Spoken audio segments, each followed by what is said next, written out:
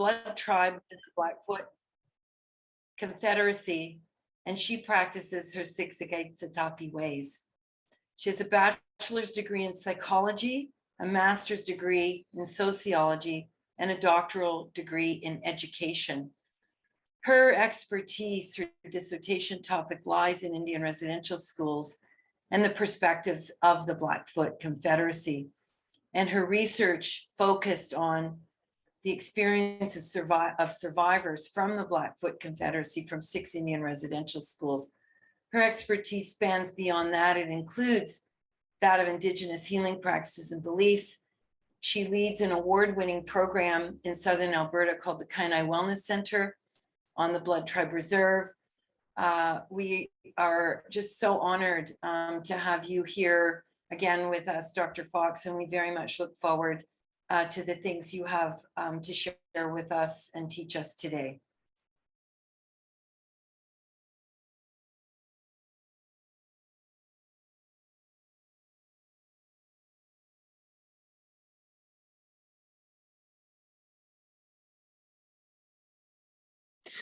Okay, and good morning, everyone. My sincerest apologies about the technology glitches. And I want to greet you this fine Friday morning from Southern Alberta, which is Calgary, the home of many Indigenous peoples throughout Canada, but specifically home of the Blackfoot Confederacy or Siksikaitsatapi people. So, Nistuokok Abikkweikamodaki. That's my traditional Blackfoot name, as many of you have heard me share that before. I feel like I'm a radio station host, and I'm coming to you from Calgary, Alberta again. So thanks for joining me and Ace again this morning. It's a beautiful morning here. So as mentioned, Indigenous healing practices, they have a different context for each First Nations peoples. I'm going to speak specifically for Siksikaitsatapi people, as I'm from this nation, and my teachings, my learnings, language, worldview come from this specific culture. But I'm going to broadly speak about some common practices as we move forward. And I myself am grounded in these traditional healing practices and ceremonies, as I'm a direct descendant of 2 grandparents of their mentors. They were teachers. So my grandparents, Mukakin and Buna, Pat and Paula Weaselhead, who taught many people throughout Turtle Island. And Adolf Hungry Wolf, along with Beverly Hungry Wolf, in their book titled The Blood People, Adolf asked my grandfather at the time what he thought about recording people and writing down the oral tradition. And this is what my grandfather had to say.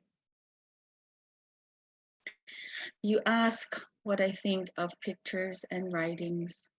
I think it is very good to make a record of what goes on. Life is changing very fast. Soon these scenes will only be memories. The young people will never know how we operated our holy ways if they cannot see or read or hear these records that can be made today. We all have treasured photographs of our long gone chiefs and relatives in camps. In the same way, our grandchildren will someday treasure a record of what things are like today. And this was back in the 70s, and so it holds true today. And I share this quote often, more often than many other quotes, because this then gives me permission to move forward as a researcher and scholar and facilitator of some of our traditional ways of knowing, being, and doing.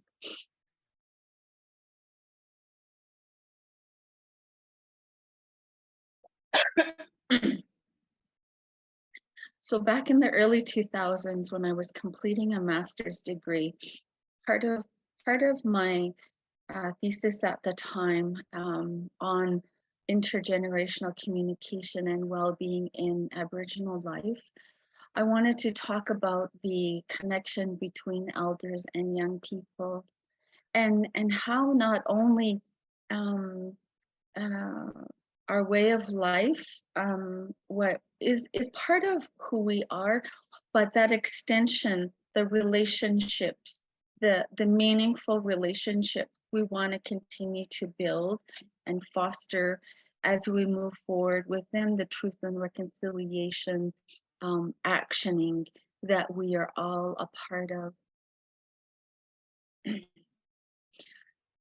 I wanted to look at healing practices as a framework for understanding the philosophy of blood tribe people, and how I was going to do that at that time, which I'm very keen on adhering to academic methodology and ethics. So too, that combines with our traditional protocols and how we approach individuals and how we convey what we've learned to those who want to learn and grow and be part of this overall societal healing moving forward. But within the Truth and Reconciliation calls to action, there's 94 as a reminder. Within the education and the health elements, and if you've read some of the resources that ACE has put forward, if you've glanced at my dissertation, you will find that due to various factors, the ill health of First Nations people has been attributed to the following: the change in the diet, and this was drastically felt in the 1800s. At that time, not only were settlers, colonialists moving from the east inward to the plains, and then being met by west sailors and colonizers. So we had this change in diet.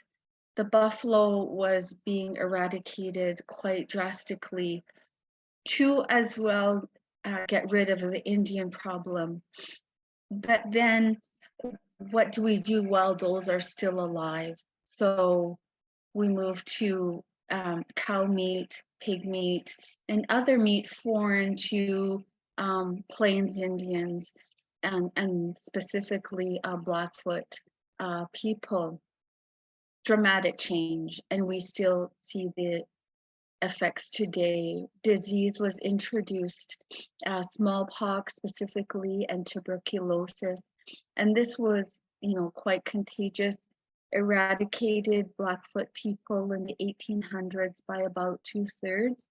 We're still rebuilding, and I think we've rebuilt and doubled the population from the 1800s. Now there's 20,000 plus Blackfoot Confederacy members throughout southern Alberta. Changing in housing and the TP encampments.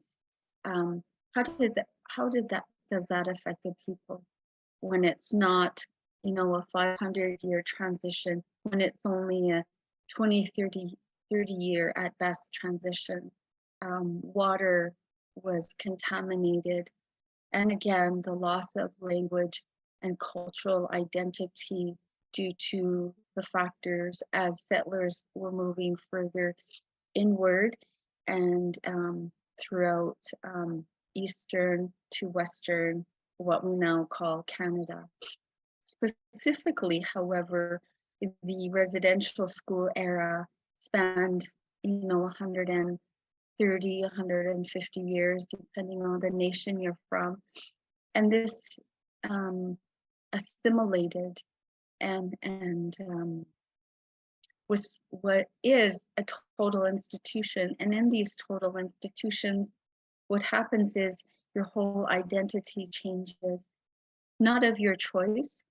So then the many effects that occur at that time, loss of identity, loss of language, loss of connection, and all the physiological changes that will occur to those changes. As a reminder, what ACE and myself and many others are working towards is the actioning part of the Truth and Reconciliation calls to action, bringing to light specific calls to action where all levels of government and all Canadian citizens play a vital role in this actioning part. So the federal, provincial, territorial, and Aboriginal governments acknowledge that Aboriginal health in Canada is a direct result of Canadian government policies, including residential schools, and that we must implement the healthcare rights of Aboriginal people as identified in international law, constitutional law, and under the treaties. So to speak, when people say we're all treaty people, we must know what the treaties are within our specific regions to respect and begin to decolonize or take the layers of colonial underpinnings off and renew and rebuild respectful relationships. Call to action number 22 says we call upon those who can affect change within the Canadian healthcare system to recognize the value of Aboriginal healing practices and use them in the treatment of Aboriginal patients in collaboration with Aboriginal healers and elders where requested by Aboriginal patients.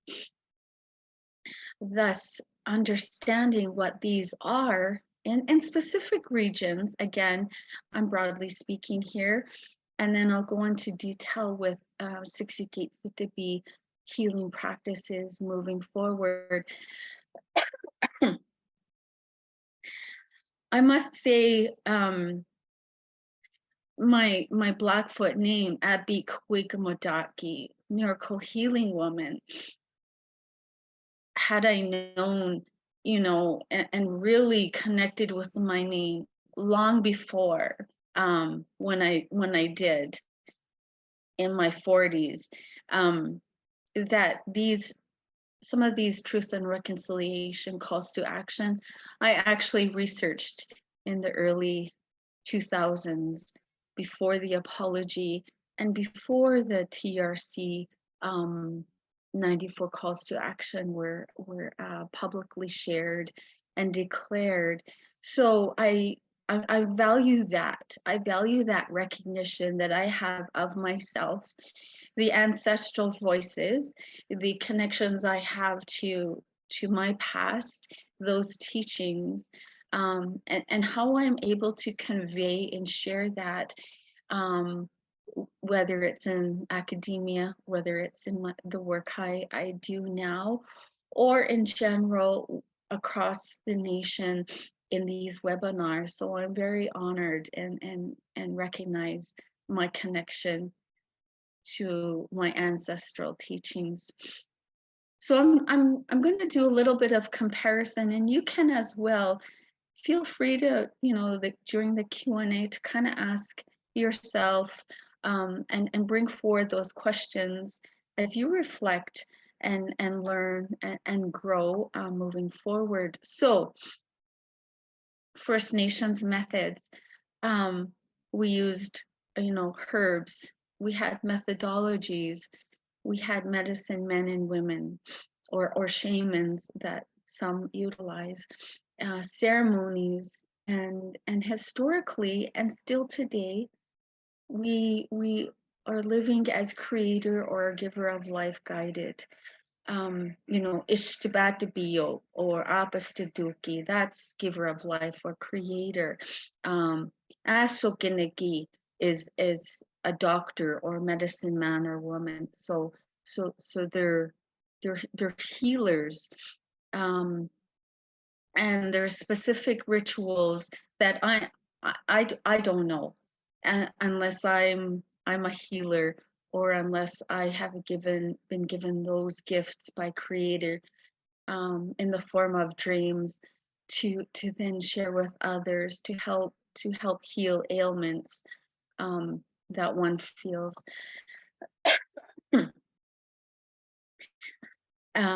Western medicine or scientific methods, we utilize doctors, science, chemical medicines, surgical procedures, theories, research, and test subjects. And that's not this is not a downfall, or it's just a comparison of the different worldviews, and how, again, we're still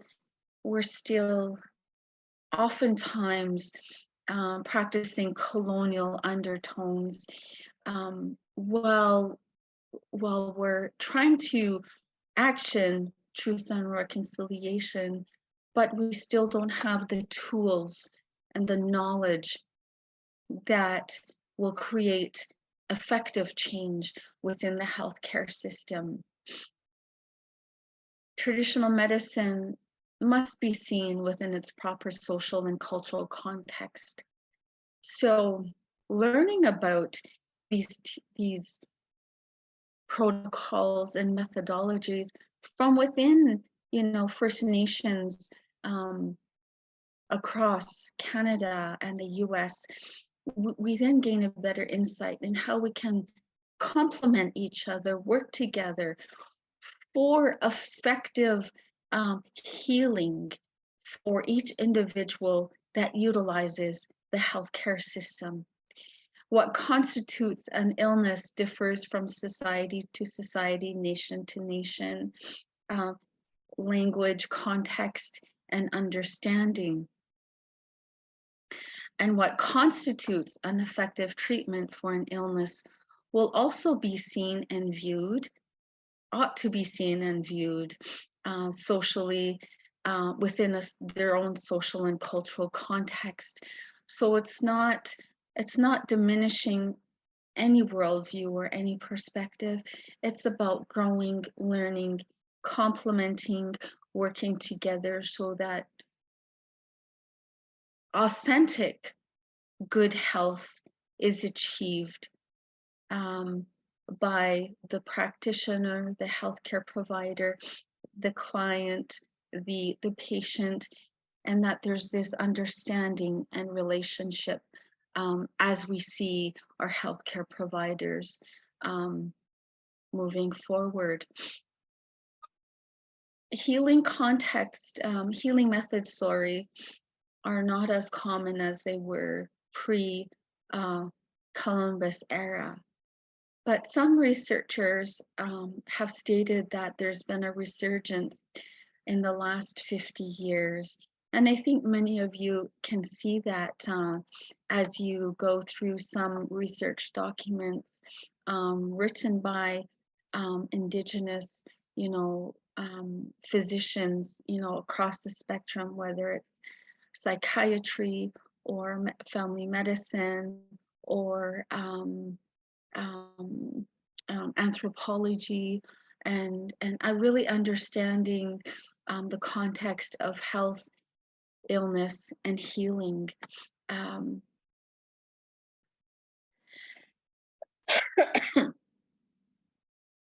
the transmission of knowledge. So we have a oral transmission of knowledge from First Nations perspective, not saying that nothing wasn't written, but there's not volumes, journal articles written pre contact. It's to say that there is a different way of writing and sharing, whether it was pictographs or hieroglyphics or buffalo robes, winter counts, etc. It's person oriented because of the interaction, and the language, the worldview is action oriented. It's really in the here and now. Um, Western culture often is written text. When written, though, print literature becomes abstract and unchanging. Um, we are hopeful, though, that this method is evolving to becoming inclusive of patient-oriented care while practicing respectful reciprocity as you sit with your patient in whatever surrounding that you see your patients. Again, defining healing or good health or illness is seen from within a specific cultural context. And language. So these elements are very important as we're growing and learning within ACE.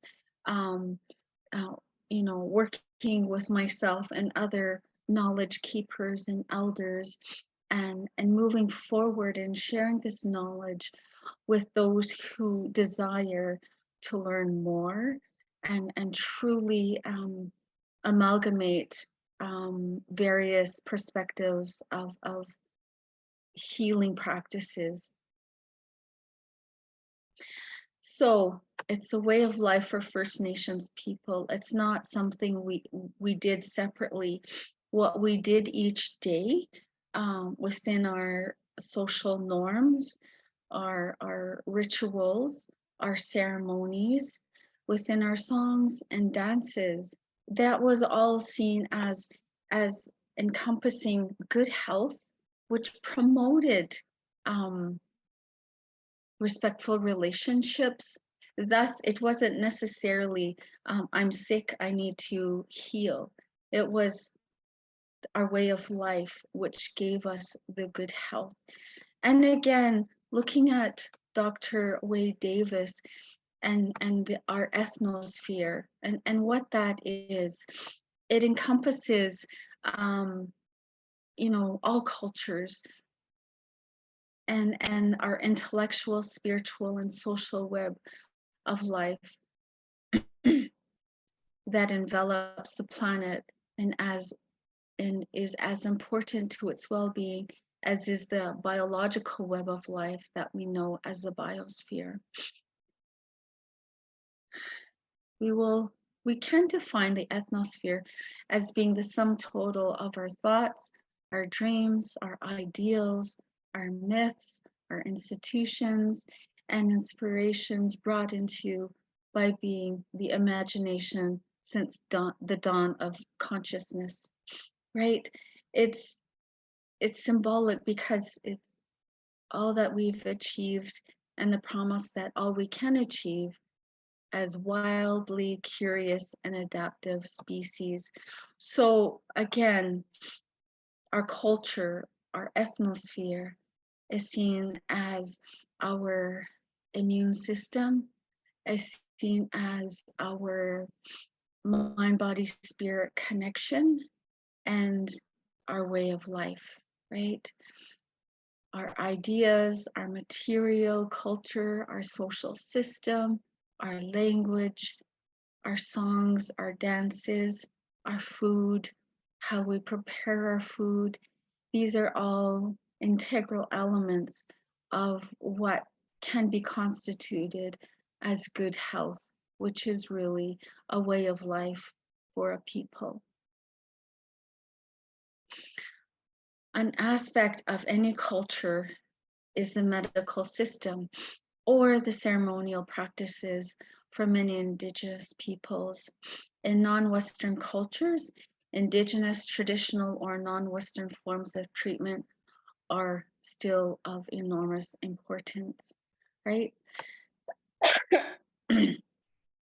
There are estimates that about 80% of the inhabitants of the world rely on these traditional teachings and medicines. And even some of our medicines that are made in pharmaceutical factories have relied on those teachings from early medicine men and women who were able to mix certain herbs, certain plants, and make it the drug we know today in various forms. Where did I get this knowledge? Well, you know, I dared to take the chance to talk to those who were part of our sacred societies. They had the reputation within our tribe to be ceremonialists, to be medicine men and women. So I interviewed them in their homes. I had conversations with them, shared some tea and some food with them in their homes.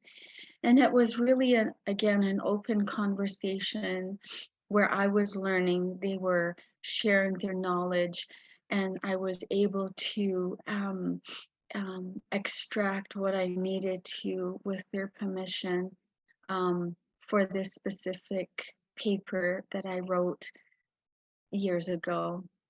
And I'm now able to share this publicly, openly, and it's a tool for us to continue to move forward together. So they talked about plants or herbs. So many of you know that sage, sweetgrass, sweet pine, cedar for many First Nations, they're all foundational to specific, they're used in different ways. For public speaking, and many elders have told me when I had conversations with them, they'll tell me, take some sweetgrass, put it in your pocket, put it in your shoe when you public speak. It wards off negative energy or bad medicine, as we say that in Indian country. For sporting activities, you place it in your shoe or your skate or other that you're wearing because you're so active. It protects your spirit. For ceremonies, it can be used in pipes, in smudges, and for other reasons. For protection and cleansing of your home, you burn as incense when you smudge in the morning, or in one instance, one of the elders shared that when it's foggy, we don't know what moves in the fog. So when it's foggy, you will use sweet pine and you will burn it throughout your home to ensure that there's no negative or dark energy that moves into your home during the foggy days or nights. For medicinal purposes, as directed by the medicine man or woman, during pregnancy and childbirth, as directed by a medicine woman or elder women that have these specific teachings as they provide the care to expectant mothers, and other instances. So really, they're quite versatile, and many of these plants and herbs can be used daily as a daily practice. It can be a daily practice. It's not only used when you're not feeling well. Many people smudge sunrise ceremonies, smudge as soon as the sun rises and you start your day in a good way. The same goes with the table here I provided for you. If you've ever had mint tea, and I'm not saying the store-bought mint, many still go and pick the medicines. They offer tobacco as they pick the medicines, and they say a prayer because you're giving an offering and you're taking the medicine. So there's always that reciprocity, that respectful reciprocity um, for medicine. And the wild mint, you pick it, you wash it, and you dry it.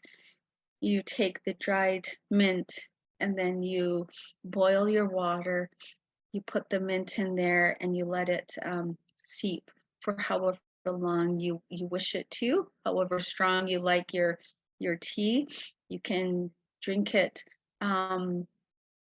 plain as straight mint tea. You can add some honey, a little bit of brown sugar or a sweetener if you will. But that's also a daily elixir for many people as well. Again, the songs and the dances are rooted from traditional practices, whether they're dreams or visions. Our ancestors that have these rites of passage, and they can transfer songs and dances to other members. You know, during our Akokatsen, which is our annual circle camp, usually held in August, or during ceremonial transfers, uh, that is again specific to each nation, whether it's, you know, those who are in the longhouse, those who are, you know, part of ghost dances, 4-day fasts or vision quests, lullabies, stick, feather, or hand games, or other. And so these are all a part of a way of life, good feeling, and not necessarily when we're not well. So some places, so we're connected to places, and it's important to ground yourself, connect yourself, know the relationship you have, know the relationality of the place, the space, the animals, the water, and those specific sites that are part of your way of life. Nanastiko, for example, Chief Mountain here in southern Alberta and in northern Montana, the Rocky Mountains. Well, there's many teachings for each nation, each and sites that you go for sweat lodge, for fasting, to make offerings, or to meditate. Our circle camp, our Akokatsen, is you know, sacred, and we go there. If we need to make an offering, we put tobacco down, bring some food there, sit, meditate, or specifically during August when we gather, it's a, you know, communal gathering for prayer, for renewal, for our sacred societies to then open their bundles and pray for our community, or other sites as suggested by elders or society members, for you to go if there's a certain ailment, whether it's of mind, body, or spirit, that you need help with through prayer, through fasting, or other. So I'm just trying to time myself and mindful of some of the Q&A that might occur. Why should we document? Well, as my grandfather Mukakin has shared, it is good to document now by, you know, various means, but we must respect the sacred or sacred knowledge that we can't document, and we cannot document what happens when there's a bundle opening. That's very sacred. We cannot, record during our annual Akokatsen what happens in the teepees of our Motu geeks, which is our Buffalo Society women, or our Eatskinaks, which is our Horn Society bundle holders. That secret knowledge, even I don't know that as a layperson. So I'm correlating um, and meshing, infusing healing as living. And healing isn't necessarily there's something wrong with me. It's a way of life. The places, the herbs, the plants, the rituals, the songs, the dances. It's a way of life. And for me, I understand what I know here and what I visualize, what I recollect from memory. I know that. When I share it, I ask that you reflect on it and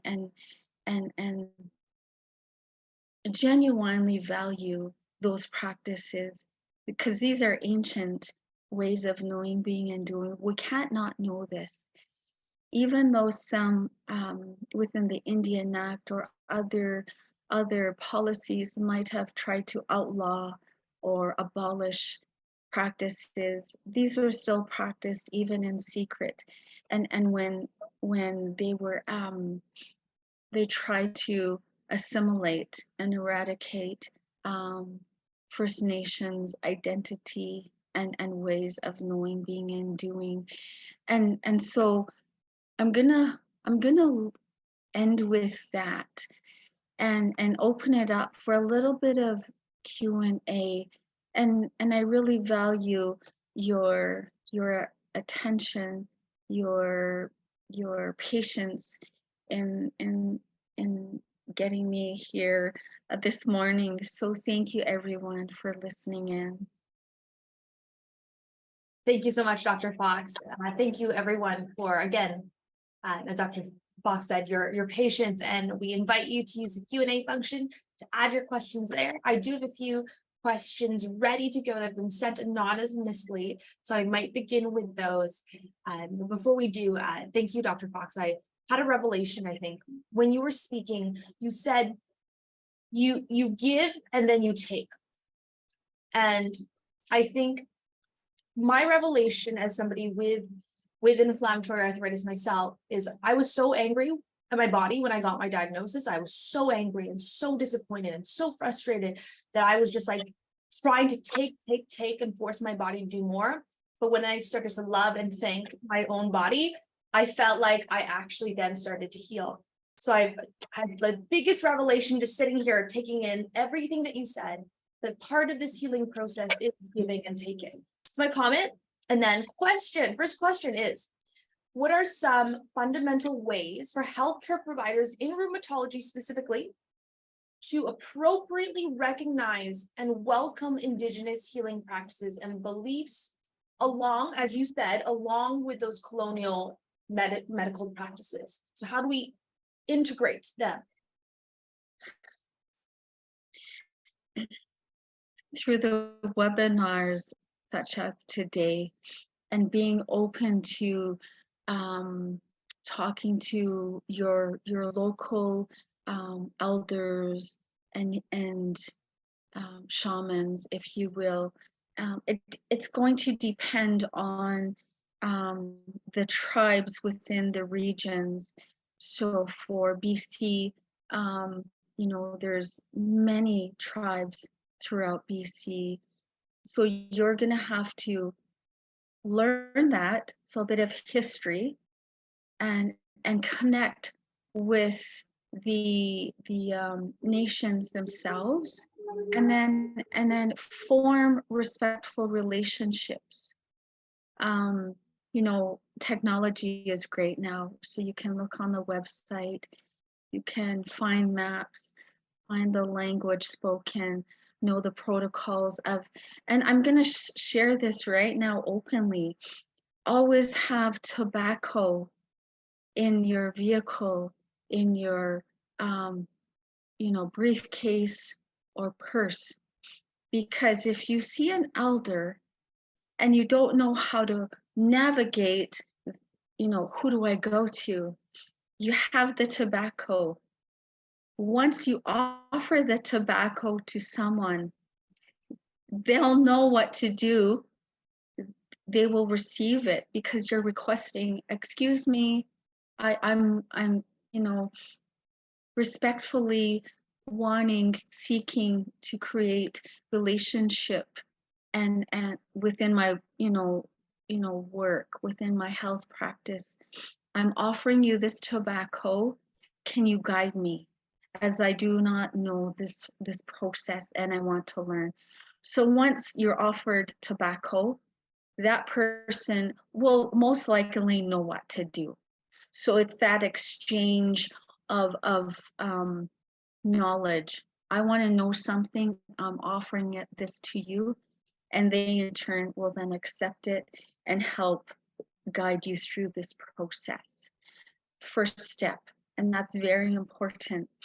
Again, we can talk about that at another webinar on those protocols, when you want to seek elder guidance, when you want to seek to invite a medicine person into a clinical setting and work with them within that setting. So for my reserve, we often do that, whether it's mental health, addictions, or specific diagnosis of cancer, arthritis, diabetes.